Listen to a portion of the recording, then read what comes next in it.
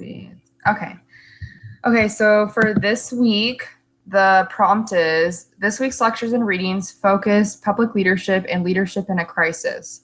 Please discuss ways that you believe organizations can prepare leaders at all levels to respond in a crisis. Consider in this discussion the communication issues faced by BP and spill and failures of crisis communication. So at my job, we actually have to plan like a crisis situation because I do work at ASU. We have to have like a specific plan if there were to be a shooter on campus. So it's my job and my boss's job to have code words and to have like a whole plan if that were to happen. So at my job, we decided that, I won't say like, I guess the actual word to give it away, but we say like, oh, this specific professor is here. Can you go get him? And so we want to make it like not to make it like obnoxious, like something's going on.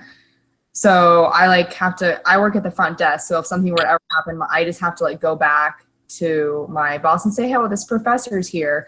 And then she would, call like the police because she's in like the back. So it would be like more safe for her to do it. And also in any situation where there's like danger, we had to like find like a meeting off of ASU. And so we are meeting like at a coffee shop across the street. So we had to like organize that and make sure everyone was like notified of what would go on if there were to be any sort of crisis. But it is a big organization within ASU. We have to like make sure everyone in our building is out safely. So we have like everyone's name and then they would have to like sign it once they get there just to make sure that everyone gets to our safety zone. So that's pretty much like preparing for like crisis at my workplace. So that's good. I actually also thought about using code words because I mean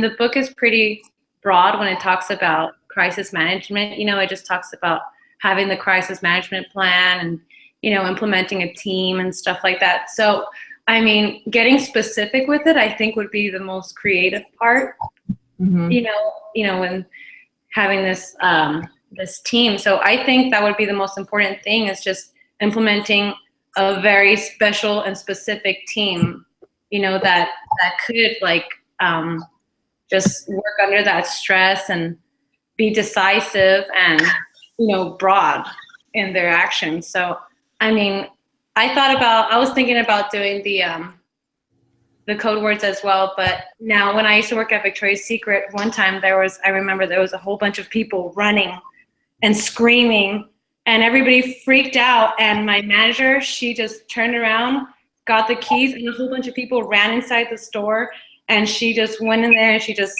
the door started just coming down and everybody was like, ah, and they were running back and forth in the mall, like, what's going on? And I don't think they had, like a plan intact. So it was pretty intense. And when I saw that, I was like, I do not want to work there if they don't know how to handle, their store when they're under so much pressure. And it was just so crazy. But I mean, I could tell that they were really panicking. And I think that's just the number one thing is just to not panic, and she was pregnant at the time. So she panicked even more. And it was so sloppy, and that's just something that I wouldn't do. But I think using code words would be, really amazing. And it works for you guys, doesn't it? Yeah. Yeah. That's awesome. Wait, what happened at your store? I know. I was like, wait, what happened? Oh my God. I guess somebody had pulled out, because I live in Fayetteville, North Carolina. That's okay. Yeah. Yeah. So, I guess there was a big fight that just went out, and somebody pulled out a gun, and everybody in the mall just started running back and forth, like throughout the whole mall. And I was literally standing right there, like, the first little table that you see when you walk into a Victoria's Secret. And I see all these people just rushing in, and I just started backing up, like, oh my gosh, what's going on? But they were able to, control it. The cops came, the police came, and everything just was under control. But it was really intense. That was an experience. But it was crazy. So scary. Yeah. I used to work for a debt collection law firm in Phoenix, and we would get threatening phone calls all the time. I was the front desk receptionist and the legal secretary. And this one particular time, this guy was not happy that we garnished his wages, which of course I could completely understand. But he kind of threatened me a little bit by rushing the desk. And when he did that, I pressed the so-called panic button underneath my desk, and I kept pressing it, and it wasn't working. And that goes straight to my HR manager, and it was not working. And so finally I just hit the speaker button, and the whole office, like 50, 60 people who were all behind secure doors, mind you, I wasn't. They all heard it. They all heard him yelling at me, and all the guys came running out and stuff, and the guy took off. Well, at that moment, it was when our HR manager was like, oh, I didn't know the panic button wasn't working. I'm like, really? Well, I was panicking up here. I took off one of my heels to jab him in the face with it, but that's not a very good crisis management plan. Can we get this fixed? So what she did is she actually had to buy like this, I think it was like a $500 unit. She was so upset about it, but the attorneys wanted it because it was such a big firm. And instead of just going to her, it went to her, all three partners, and a couple of the guys that were in the office that she thought would offer some type of security if I was ever in that position again. So she was not ready with the plan at all. She was okay because she was behind closed doors, but I was out there just, okay, fresh meat, here you go. She didn't take your money, but here's your first target. So I think like implementing a crisis management plan for that type of situation when you're dealing with really upset people because you're taking their money is a real smart thing to do. And she definitely was not prepared for it. So I kind of made her look bad, which whatever. That was her fault, not mine. But yeah, that's the only time I've ever dealt with like an actual crisis at work, which was kind of awesome. Scary. Yeah, it was kind of scary, but awesome at the same time. That was scary. I'd be scared. That's like they took his rent money. I mean, like I'd be pissed off too if somebody took my money. Like, sorry, you didn't pay your bills. Here we go. We gotta take it. Garnish wages. Can't really do anything about that. So, all right, Jordan or Ashley, you guys want to go next? We have about 6 minutes left. Sure, am I gonna? Yeah, go for it. Ashley. Go for it. Or do you want me to go? I thought I was going last because I got on. It doesn't matter. I could go now. I'll just go now. All right. So basically, yeah. So wait, sorry. I'm just like. No, it's okay. You need us to read the prompt. No. I got it. Okay. So basically, to prepare like leaders for any level of crisis, it's like to have people trained for things that aren't like a likely thing to happen, but they do happen. Like example, even like you look at like people doing fire drills in school, or like I know like they don't do it as much now, but when my mom went to school, they used to do bomb drills. And like if you guys have ever been on like a cruise or anything like that, like at the first day that you're there, they have you the whole entire ship like go into an evacuation plan.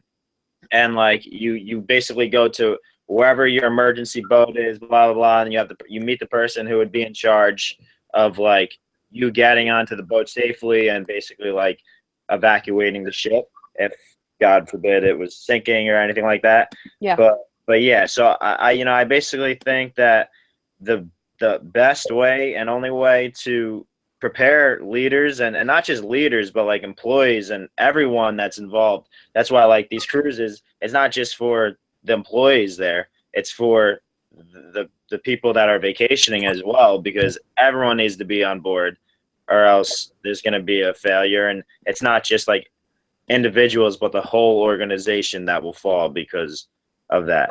So yeah, I think the only way to really like have everyone prepared is by training and having everyone learn about situations that aren't necessarily a high, don't necessarily happen a lot, but they can happen.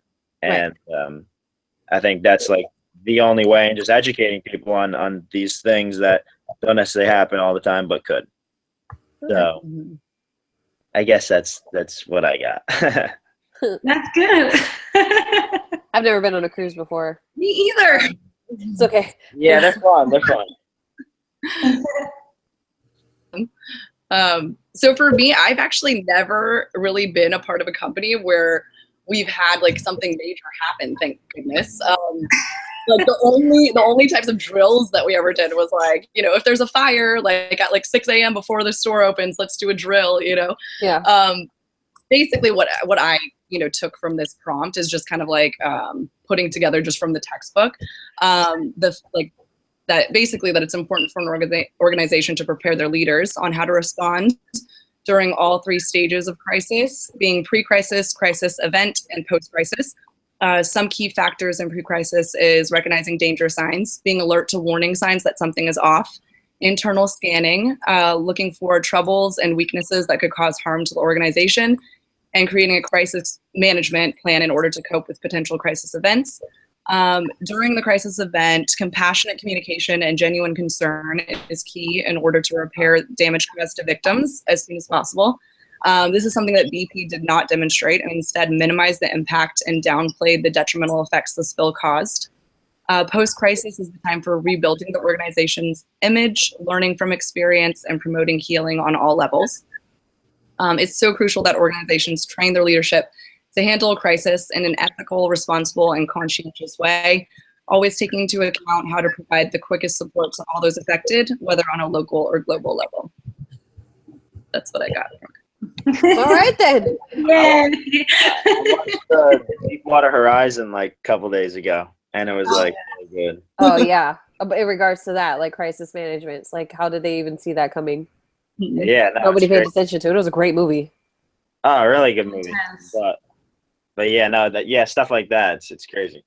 But even like situations like 9/11, like if those people had known to walk faster or go faster or take it more seriously, like how many more lives would have been saved if their crisis management plan was a lot better? Even in a multi-million-dollar building like that, they didn't have it prepared enough, you know? Yeah, now like if you go into the Freedom Tower, like you bet your ass that they have like evacuation plans and things like that. Like they aren't screwing around. Yeah. Learning from their mistakes, basically. That's like Yeah. crazy. That is kind of nuts. Pretty much how it goes, which is unfortunate, but it's kind of just like experience. That's how you learn from it. It's just like with the marathon too, the Boston Marathon bombings, things like that. They have to be on the lookout for stuff because, like, who would have thought like a backpack would cause so many problems?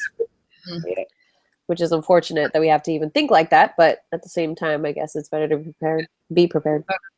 And with like shootings in the movie theaters, like recently I went. Oh, I to, know. I know, right? Like I haven't had anything checked on me like at any Ever. Yeah. Neither. We went to go see a movie last night, and the people, because I didn't have a purse, I just like had myself, and like the people in front of us, their bags were getting checked, and it was weird. Like, Yeah. you know, I get it, safety, but it's just weird to see that and like know why. Like why is because they're looking for guns. Yeah. My husband's always telling me, you gotta, you know, hope for the best, but prepare for the worst. And he's always aware of all of his surroundings. If we go anywhere, he knows what the person behind us is eating. Oh, You know, everything. Yeah, he's. is he ex-military? Because it sounds like somebody from the No, military. he's in the army. Oh, okay. So he is military. Yeah. Called it. All right. So that's our 13 minute just hit. So we have 2 more minutes to go. I think that pretty much covered it though. Yeah. Yeah. It was like great working with you guys this semester. I feel like we really Yeah. Yeah, definitely. I know nobody dragged, which is great. Yeah, everyone got their stuff done, which is really good. Yeah. And congratulations, Brittany, on graduating. Yay. Golf clap for that. You're Very- done after this? Huh? You're done after this? That's Yeah. it? Yeah, I'm Oh. graduating. I'm so excited. So jealous. Finally. Oh, that's awesome. Good for you. All right, you guys. Graduate. I think we're all good to go. Good job, guys. All right, awesome. Bye, All guys. Good meeting. Bye. See you later. Have a great summer.